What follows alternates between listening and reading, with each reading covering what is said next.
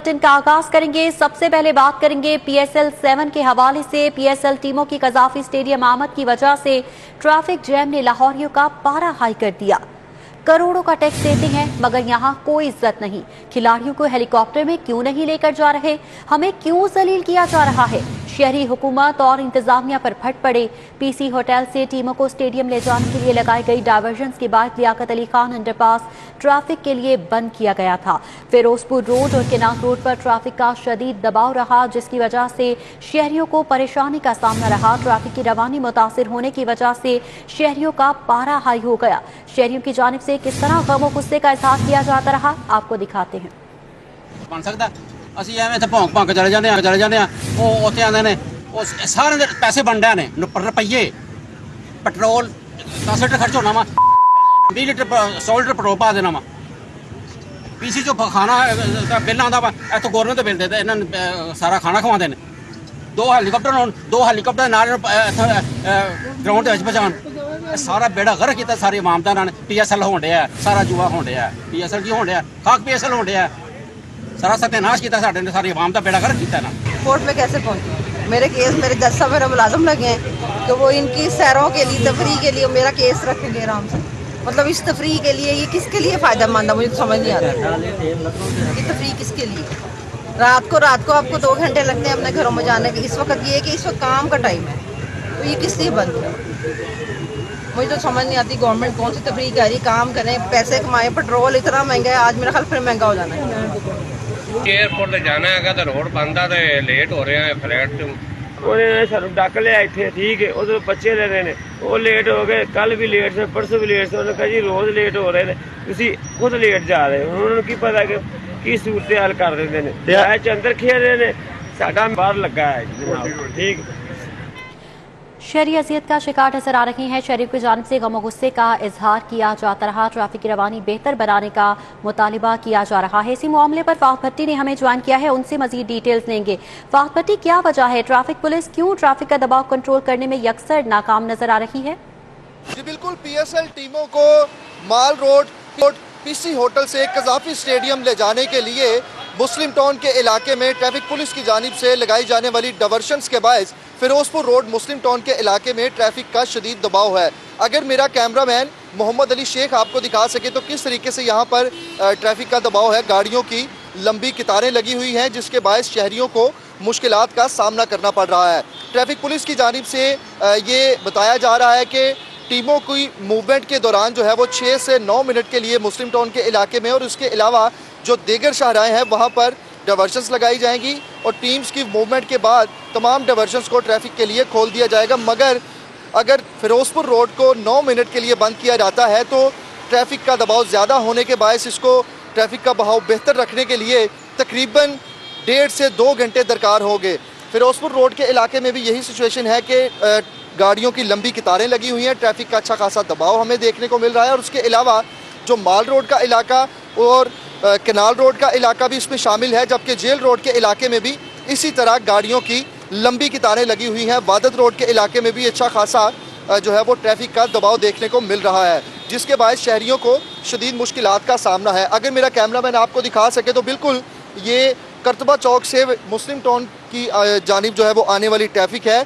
जो शहरी इस ट्रैफिक में फंसे हुए हैं उनका ये कहना है कि ट्रैफिक पुलिस की जानिब से जो है वो बेहतर ट्रैफिक प्लान तश्कील नहीं दिया जा रहा जिसके बायस शहरियों को सफ़र करने में मुश्किलात का सामना करना पड़ रहा है। अगर पीक आवर्स में इसी तरह ट्रैफिक बंद की जाती है तो गाड़ियों के रश की वजह से ट्रैफिक के दबाव की वजह से शहरियों को मुश्किलात का सामना करना पड़ता है। और साथ ही साथ ये भी मुतालबा किया जा रहा है शहरियों की जानिब से कि PSL मैचेस होने चाहिए, ज़रूर होने चाहिए, इंटरनेशनल क्रिकेट बहाल होनी चाहिए पाकिस्तान में, मगर ट्रैफिक पुलिस की जानिब से कोई ऐसा प्लान तश्कील दिया जाना चाहिए कि मुश्किलात का सामना ना करना पड़े। एक मौसर ट्रैफिक प्लान वज़ा करने की भी जरूरत है, इसी पर जोर दिया जा रहा है। शहरियों की जानिब से यही मुतालिबा किया जा रहा है। फात भट्टी, बहुत शुक्रिया आपका। PSL की वजह से न सिर्फ ट्रैफिक की रवानी मुतासर हो रही है बल्कि तालीमी सिलसिला भी यकसर मुतासर होता नजर आ रहा है। PSL मैचेस के बायस शहर भर में आधे से ज्यादा स्कूल तफरीह के नाम पर बंद कर दिए गए हैं। सदर सर्विंग स्कूल एसोसिएशन का इस हवाले से मजीद क्या कहना है, जान लेते हैं जुनेद रियाज से। जी जुनेद। जी, पीएसएल मैचेस के बायस जो तालीमी अदारे बंद किए गए हैं उसकी वजह से तालीमी नुकसान जो है वो बच्चों का बहुत ज़्यादा हो रहा है और इसके ऊपर सर्विंग स्कूल एसोसिएशन पाकिस्तान ने शदीद मजम्मत की है। इसी वजह से हम बात करेंगे, सदर रज़ाउर रहमान हमारे साथ मौजूद, उनसे पूछते हैं क्या सूरत हाल है, कितना नुकसान और क्या मुतालबा है। देखिए, कोविड से पहले ही बच्चों की तालीम का बहुत ज़्यादा हर्ज हो चुका था और अब दोबारा पीएसएल आने के बाद ये हुआ कि बच्चों की तालीम जो है स्कूलों में कम होकर रह गई। हाफ डे के लिए बच्चे स्कूल आते हैं या ऑनलाइन बच्चों को पढ़ाया जाता है, तो मैं समझता हूँ कि ये बच्चों का बहुत बड़ा लॉस है। देखें, दुनिया के बहुत सारे ममालिक हैं, कोविड के बाद जब उन्होंने एजुकेशन शुरू की है, वहाँ के सदर ने, वज़ीर आज़म ने, वुज़रा ने बच्चों का इस्तकबाल किया है और उनको ये मैसेज दिया है कि अब पढ़ना कितना ज़रूरी है, तालीम कितनी ज़रूरी है। और हम अपने बच्चों को क्या मैसेज दे रहे हैं कि तालीम की कोई वैल्यू नहीं है, पढ़ने की कोई ज़रूरत नहीं है, पीएसएल खेलें, मैचेस देखें, सारा दिन टाइम ज़ाया करें। देखें, अगर आपने पीएसएल करवाने हैं, हमारे लिए ये भी ज़रूरी है, इंटरनेशनली हमें अपने आप को रिकग्नाइज़ करवाना है, तो आप अपने जो स्टेडियम्स हैं वो शहर से बाहर बनाइए, ऐसी फैसिलिटीज़ शहर से बाहर लेके जाएं। शहर के अंदर ये जब आप करेंगे तो सारा निज़ाम दरम बरम होगा। इस वक्त लाहौर का एक एक बासी जो है वो परेशान है, लाहौर का एक एक बंदा जो है उसको अपने कारोबार में, अपने दीगर मसाइल में बहुत सारे मसाइल आ रहे हैं।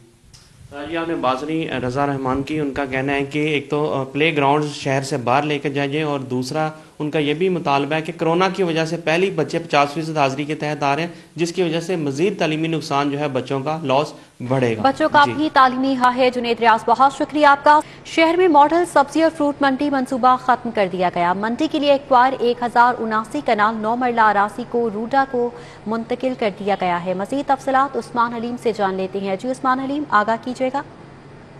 जी बिल्कुल, ये फ्रूट मंडी जो है इसकी मुंतकिली का मंसूबा एक दफा फिर से इंतवा का शिकार हो गया है। इस मंसूबे के लिए 1089 कनाल अराजी जो है वो पहले तैयार की गई थी, इसको अब फिर से रिवर रावी अथॉरिटी को मुंतकिल जो है वो कर दिया गया है और एक दफा फिर से जो शहर में मॉडल सब्जी और फ्रूट मंडी बनाई जानी थी वो अब हाल ही फिलहाल जो है वो नहीं बन सकेगी और इसकी जगह जो है वो जो रिवर रावी अथॉरिटी मंसूबे के तहत हाई राइज बिल्डिंग और फ्लैट जो है वो बनाए जाएंगे। शहर में सब्जी और फ्रूट मंडी का जो मंसूबा था इसको खत्म किया गया है और इसके लिए जो एक्वायर की गई 1089 कनाल 9 मरला अराजी थी, इसका इंतकाल जो है वो रिवर रावी अथॉरिटी मंसूबे के नाम जो है वो मुंतकिल कर दिया गया है। ये चार बाग मंसूबा था जिसको मंजूर करके इसके नाम ये राजी जो है वो मुंतकिल की गई है। पंजाब काबीना की मंजूरी पर सब्जी और फ्रूट मंडी की 1089 कनाल राजी जो है वो रिवर रावी अथॉरिटी को दी गई है, जबकि डिस्ट्रिक्ट कलेक्टर ने डीसी ने बकाया तौर पर रिवर रावी मंसूबे के जोन 1 में फाल करने वाली 1089 कनाल अराजी का जो इंतकाल है वो किया है और ये जो मौजूदा अथॉरिटी है इसका इंतकाल